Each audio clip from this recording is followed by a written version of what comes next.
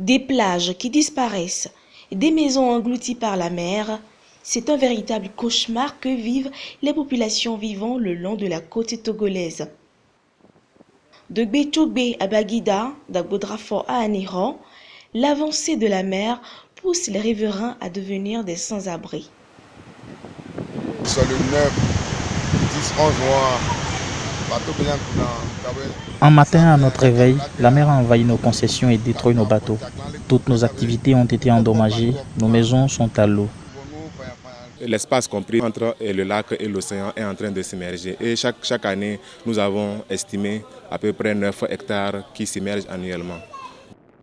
Ce phénomène est dû en grande partie non seulement aux aléas climatiques, mais également aux actions humaines qui portent un coup dur à l'environnement.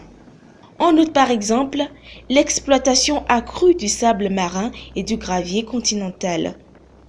Si l'homme, de par ses activités, va encore prendre ce granulat marin, ça veut dire qu'il y aura une amplification, donc il y a augmentation de la vitesse de l'érosion côtière. Ici, à Gbetogbe, tout comme à Nimania, Baguida, les riverains continuent de pratiquer cette activité malgré l'interdiction du gouvernement. L'extraction du sable et gravier marin, c'est notre activité quotidienne depuis le temps de nos grands-parents. Nous vivons de la commercialisation du sable et gravier marin. Mais ces derniers jours, les soldats nous dérangent beaucoup. Pour protéger et préserver le littoral et décourager les exploitants de ces carrières, le gouvernement prend de nouvelles résolutions.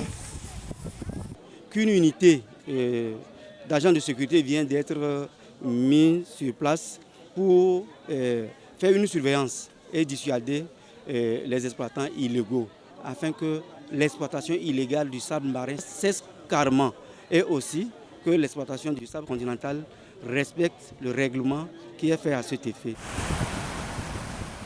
L'unité de surveillance est déjà opérationnelle.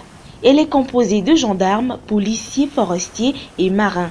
Ils vont surveiller la côte à tout moment. Mais la sensibilisation se poursuit. L'Agence nationale de gestion de l'environnement joue également sa partition sur le terrain en allant au contact avec les populations. Chaque fois, ils enlèvent des graviers, du sable, et on les interdit, mais ils ne répondent pas. Maintenant, aujourd'hui, comme l'ange est venu, nous sensibiliser encore et ils savent maintenant la gravité de ce qui se passe.